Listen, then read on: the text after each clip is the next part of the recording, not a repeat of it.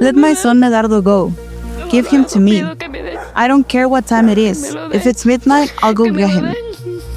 Que a mí no me importa la hora que me digan, si a medianoche me digan que yo lo voy a traer, yo lo voy a traer. You're hearing from Maria Elena, a mother of 2 sons from Usulután in El Salvador. Both sons, campesinos, were arrested under the state of exception. One son, Marvin, was diagnosed with tuberculosis and lung cancer and underwent surgery without his family's consent. He died in July 2024, a month after his release, mumbling feebly to his mother of mistreatment in prison. The other son, Medardo, has been in Izalco prison for 2 years, and his family has received no news of him. I'm Roman Gressier, the editor of El Faro English. This is our weekly podcast, Central American Minutes. In Nicaragua, the house arrest of Daniel Ortega's brother relates more to El Salvador and Honduras than to Guatemala. In the case of Guatemala, they say globalism comes to die at CIPA, but in El Salvador, it's already dead. Central America in Minutes on El Faro English. It's Friday, December 6th. Before we get back to Salvadoran prisons, we turn first to a simmering press freedom crisis in San Jose, Costa Rica. On Wednesday, the director and editor-in-chief of Costa Rica's largest print newspaper, La Nación, both resigned, citing editorial pressures from the paper's ownership. La Nación has been fiercely critical of President Rodrigo Chávez, his attacks against the press, and lambasting of political opponents and the other branches of government. Quote, Costa Rican democracy, like that of so many other countries, is in danger, wrote director Armando González Rodicio in an op-ed announcing his resignation. He continued, journalism must be entrenched to defend it, without regard for the incomprehension of majorities built on smoke and mirrors. González spent 38 years at the paper. Early in Chávez's term, the administration revoked a license for Parque Viva, an event center owned by La Nación's parent company. Chávez has called journalists feudal lords, rats, and bad people looking to harm the country. The Fourth Chamber, or the Constitutional Court, ruled that the pulling of the permit violated press freedom. These attacks on the press have taken no toll on his popularity, but the Attorney General has made note. When prosecutors raided the Costa Rican Ministry of Health in September, they gathered evidence on the shuttering of Parque Viva in one of more than 50 investigations into the administration, which the president claims are attacks from political elites. We maintained our informational and editorial line, said González. All that is possible when there is loyalty to the outlet's mission. In its absence, all that is left is a business of public spectacles and real estate. In Central America, governments incentivize uncritical coverage from traditional media by wielding state ad money, broadcasting bandwidth, and access to sources as carrot and stick. In the past 3 years, critical journalism programs have been deplatformed, and their workers have denounced commercial and government pressures. For example, Guatemalan radio opinion program Con Criterio was pushed out of the station Radio Infinita after a buyout in October 2022. Co-founder and renowned journalist Juan Luis Font co-hosts the program from exile. In El Salvador, the television shows Focus and República, formerly of Channel 33, were pushed out in 2021. The station also canceled its decades-long newscast Teleprensa, once the most critical television program in the country. The Salvadoran Journalists Association asserted that the government had punished the outlets for the tenor of coverage, and that Bukele has threatened private companies with loss of contracts if they place ads in news outlets other than those run by the state or aligned with the de facto president's agenda. Just this Wednesday night, Salvadoran prosecutors raided the home of journalist Mónica Rodríguez of the radio station Bálsamo and confiscated electronic devices, hard drives, USB sticks, and credit cards.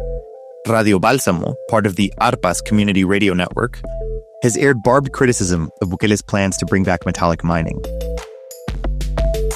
Similar to lawfare tactics used in Guatemala, Salvadoran prosecutors told Rodríguez that they cannot inform her of the charges against her. Pues nos han dicho que hay reserva del caso, así que desconocemos cuál es el origen de esta situación. They have told us the case is sealed, so we do not know where the situation originated. We will continue to denounce what is happening in our country and what has just happened to me and my partner.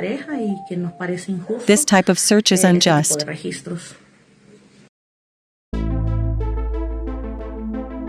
Next, we turn to Guatemala City, where Attorney General Consuelo Porras is purging the public prosecutor's office.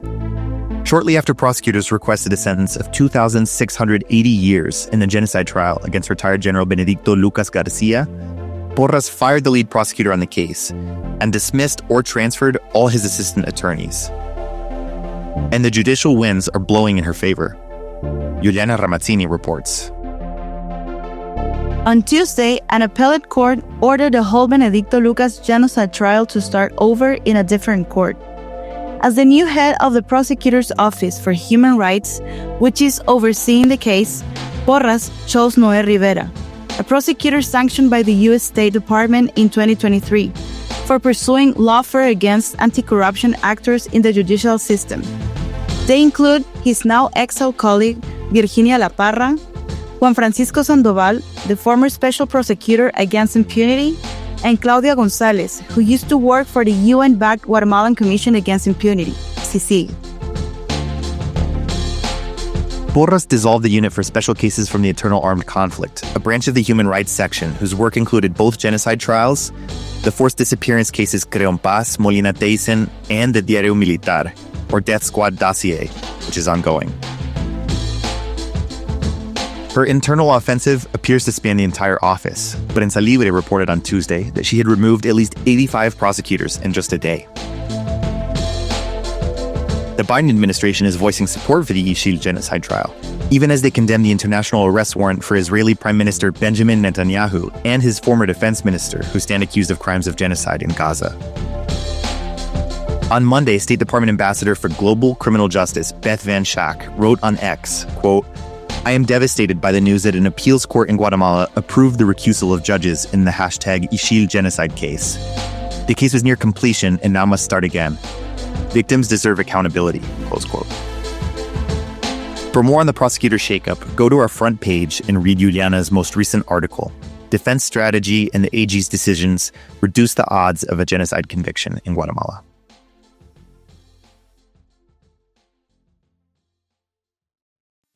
One second before we move on, I want to invite you to start following El Faro English on Blue Sky, where we're now posting alongside X. We're eager to connect and help build a space for discussion on the present, past, and future of Central America. Join us.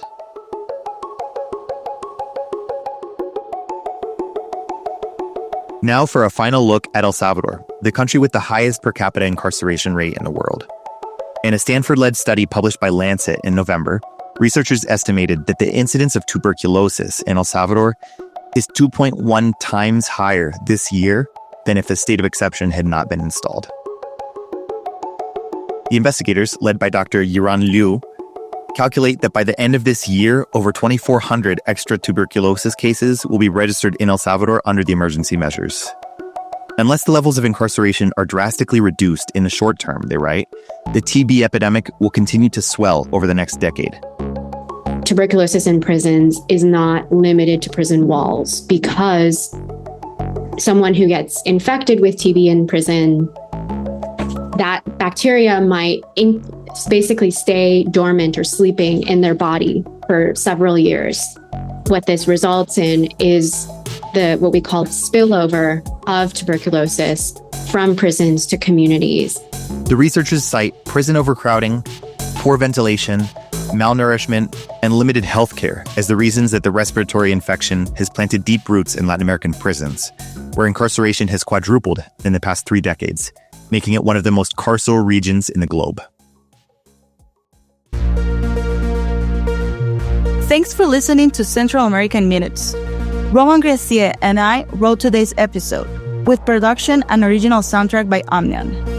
Check out our website and subscribe to our newsletter at elfaro.net/en for more independent reporting from Central America. Adios!